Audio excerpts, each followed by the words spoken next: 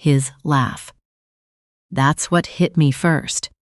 I was standing near the bar at the Fairmont in downtown Vancouver, holding a glass of sparkling water I hadn't touched yet, when I heard it cut straight through the noise of 300 people in evening wear. That particular laugh, loud, just a half-second too long, designed to make sure everyone, in a 10-foot radius, knew he was having the most important conversation in the room. 14 years and nothing had changed. I turned slowly, the way you turn when some part of your brain is still hoping you imagined it. But there he was, Evan. Same jaw, same posture, the kind of posture that says I arrived and you're welcome. He'd filled out a bit, gone slightly gray at the temples in a way that probably looked distinguished to people who didn't know him. He was in a charcoal suit, I could tell, cost more than my first car, talking to a cluster of people near the entrance like he was already running for something. Maybe he was. Knowing Evan, he probably was. I turned back toward the bar and took a long sip of my water. The gala wasn't something I'd chosen on a whim. The Whitmore Children's Hospital had been doing this annual fundraiser for 11 years, and this was the first year our firm had bought a table. My firm. The one I'd spent 6 years building with my business partner, Gwen, after we left our respective corporate jobs and decided we were tired of making other people rich. We did sustainability consulting now, helping mid-size companies actually meet their ESG commitments instead of just printing them in an annual report and hoping nobody checked. It wasn't glamorous. It was a lot of spreadsheets and uncomfortable boardroom conversations and flying to Edmonton in February. But it was ours, and this year we'd crossed our first $1 million in revenue, and Gwen had insisted we celebrate by buying a table at a gala that she then couldn't attend because her daughter had a fever. So here I was, alone at a table for 8, wearing a dress I'd borrowed from my sister because I hadn't attended anything this formal since, genuinely, the last time I saw Evan. That detail wasn't lost on me. I should explain who Evan was. He was still clearly alive and laughing that laugh 20 feet away from me, so I suppose the present tense applied. Evan Hartley and I dated for 3 years in our mid-20s. We met at a startup accelerator event in Toronto. I was there on behalf of the small agency I worked for. He was there because he'd just launched his first company and liked being in rooms where people might recognize him. He was charming in the specific way that very ambitious men are charming, intensely interested in you until he understood who you were, and then recalibrating based on whether you were useful. I didn't see that for a long time. I was 24, and I thought his intensity was passion. I thought his need to be the most impressive person in every room was just confidence. I thought the way he subtly redirected conversations back to himself was a quirk, not a strategy. We moved in together after a year. Toronto, a 2-bedroom in Leslieville that we could barely afford. I remember the exact night everything started to shift. We were at dinner with his work friends. A dinner I'd been told was casual, which meant I'd shown up in jeans while everyone else was in business casual. And I mentioned I was thinking about going back to school for a master's in environmental policy. Evan had laughed. Not meanly. That was the thing about Evan. He never did anything meanly, in a way you could pin down and point to. He laughed and said, "Cass, you'd be miserable in school," and the table had moved on, and I'd smiled and said nothing and spent the drive home wondering if he was right. I almost went anyway. I had the application 90% finished. Then Evan got a second round of funding for his company and suggested we move to Vancouver, and I thought, okay, we'll go to Vancouver, and I'll look into UBC.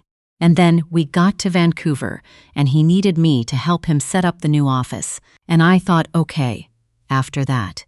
And then, after that became something else, and something else became a year. And then I was 27 and sitting on the floor of our apartment while he explained, with the measured tone of someone who had rehearsed this, that he'd been doing a lot of thinking, and he wasn't sure we were aligned on the future anymore. He used the word aligned. Like we were a business that wasn't working out. I remember asking, "Is there someone else?" He said, "That's not what this is about." Which was not an answer. I found out later, from a mutual friend at a birthday party, in that particular way, that sucker punches you right in the chest, that he'd started seeing someone from his investor's office about 4 months before we broke up. Her name was Brittany, and she was 23, and had a degree from McGill and a father who sat on 3 corporate boards. I cried for what I decided was a reasonable amount of time. 2 weeks, approximately. I gave myself 2 weeks, and then I got up. I moved back to Toronto. I finished the master's application. I got in. Not just in. I got a partial scholarship that covered tuition, which felt like the universe leaving a sticky note that said you should have done this earlier, but better late than never. I spent 2 years learning everything I could about corporate environmental accountability. I graduated and took a job at a mid-size consulting firm where I met Gwen, who was already plotting her exit. We got coffee after a particularly frustrating client meeting, and by the end of it, we'd agreed that if we were going to do this kind of work, we should do it for ourselves. That was 6 years ago. I hadn't thought about Evan in. Honestly, I wasn't sure. Months, probably. At some point, he'd just become a story I told occasionally, the way you tell a story about a canceled flight or a bad apartment. Something that happened, something that made you recalibrate, something that led you, indirectly, to exactly where you were supposed to be. And yet here I was, and there he was, and my glass of sparkling water was still mostly full. I found our table, table 7, near the left side of the room, with a view of both the stage and the garden doors, and sat down. 2 other people were already seated, a couple from Calgary who'd flown in for the event, both in energy. Lovely people. We talked about the drive from the airport and the unusually warm October they'd been having, and the salmon course, which was apparently excellent. At some point, I excused myself to find the restroom, and on the way back, I made the mistake of taking the longer route around the edge of the room. "Cass?" I heard it before I saw him. The voice lower now than I remembered, slightly more careful. Like he was trying to place me and wanted credit for doing it. I turned around. Up close, he looked more tired than he had from across the room. The gray at his temples was more pronounced. The suit was as expensive as I'd thought. He was smiling, that specific smile, wide and just slightly performative, the one that meant he was about to control this interaction. "Evan," I said, "I thought that was you." He glanced down at my dress back up. "Not slow enough to be rude, quick enough to be evaluating. How long has it been?" 14 years, I said. God. He shook his head like the number delighted him. You haven't changed at all." "You have," I said. "The gray suits you." He laughed. There it was, and touched the side of his head self-consciously. "Yeah, well, keeps me honest." He paused, scanning the room over my shoulder in the way he used to, cataloging who was where. "You're here with someone?" "I have a table," I said. Right. A beat. "So, what are you doing these days? Still in consulting?" "I run a firm," I said. "Oh yeah." His eyebrows went up fractionally. "What kind of firm?" "Sustainability, ESG advisory. We work mostly with mid-size companies. Manufacturing, retail, some finance." "Good space," he said, in the tone people use when they're trying to sound knowledgeable about something they haven't thought about in years. "Lot of greenwashing happening right now, eh?" "Somebody's got to sort it out." I smiled. That's the idea. There was a pause. He filled it in the way he always filled pauses, talking. "I've been doing pretty well. Sold the second company last year. Doing some angel investing now, sitting on a couple of boards." He said it like he was ticking items off a list he was proud of. "Bought a place in West Van. Finally got the sailboat I always talked about. Another small laugh. You remember I always said I'd get a sailboat? I didn't actually remember him saying that, but I nodded. What about you? He said. Married? Kids. I have a daughter, I said. Yeah? He seemed genuinely surprised. Maybe he'd expected me to still be that 27-year-old on the apartment floor. How old? She just turned 5, I said. He made a face, the indulgent face adults make about small children when they don't particularly like small children. Wild age. They're everywhere at once. She is, I said, constantly. He was already shifting slightly, his eyes doing that room scan again. I could feel the conversation winding down, which was fine with me. But then he said it. Almost as an afterthought, in the voice he used when he wanted something to land casually but had been thinking about it. You ever end up doing that, Masters, you were always talking about? I looked at him, because I remember, back then, you were so set on going back to school. I always thought it was a bit of a detour, but... He shrugged, smiling. People find their way, right? Not everything has to be linear. I want you to understand something. I'm 39 years old. I have run a company through a pandemic, through a recession scare, through 3 pivots and 1 near bankruptcy, and 1 moment when Gwen and I sat in her kitchen at 2 a.m. eating crackers and genuinely not knowing if we'd make payroll the next month. I have given presentations to boardrooms of men twice my age who did not want to hear what I had to say. I have learned to keep my voice even when everything in me wants to do otherwise, so I kept my voice even. I did the Masters, I said. UBC. Graduated with distinction. Oh, he said. Good, good. The firm is based on what I wrote my thesis on, I said. Corporate ESG accountability frameworks. We've got 11 employees now. We just crossed our first million. Something shifted in his face. It was quick. He was good at covering it. But it was there. A small recalibration.